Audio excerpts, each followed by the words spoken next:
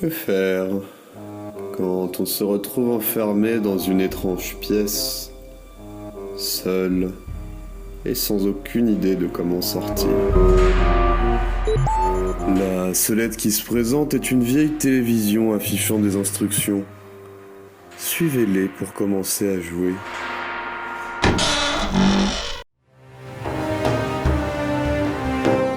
Fouillez la pièce pour trouver les runes anciennes et les réunir sur la table centrale.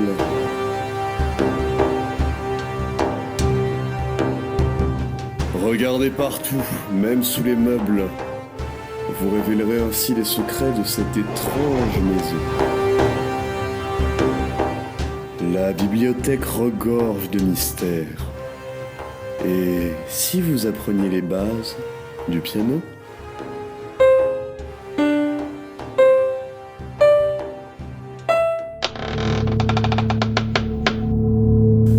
Saurez-vous sortir à temps ?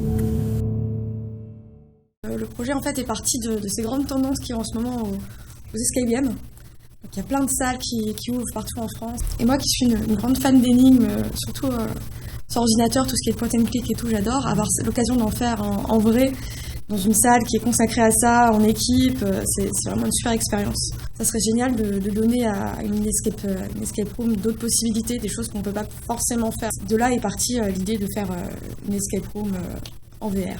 Donc moi je connaissais pas du tout les escape games et en fait j'ai fait ma première au milieu du projet pour découvrir un petit peu ce que c'était. À la base on avait plutôt prévu de faire quelque chose d'assez RPG, donc avec des menus, avec un inventaire, et on s'est vite rendu compte qu'en VR ça marchait pas du tout bien, que l'immersion était pas idéale.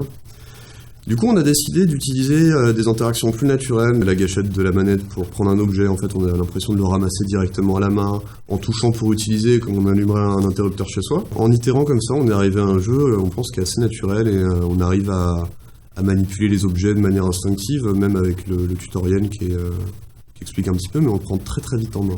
Alors on a voulu que l'immersion soit la plus totale dans notre jeu, de vraiment manipuler tous les objets pour pouvoir chercher des indices, essayer de résoudre des énigmes. On avait vraiment besoin d'une grande immersion de l'utilisateur. Donc on a voulu que les gestes soient très naturels, qu'on puisse attraper les objets, les observer, les manipuler très facilement, et je pense que c'est plutôt bien réussi.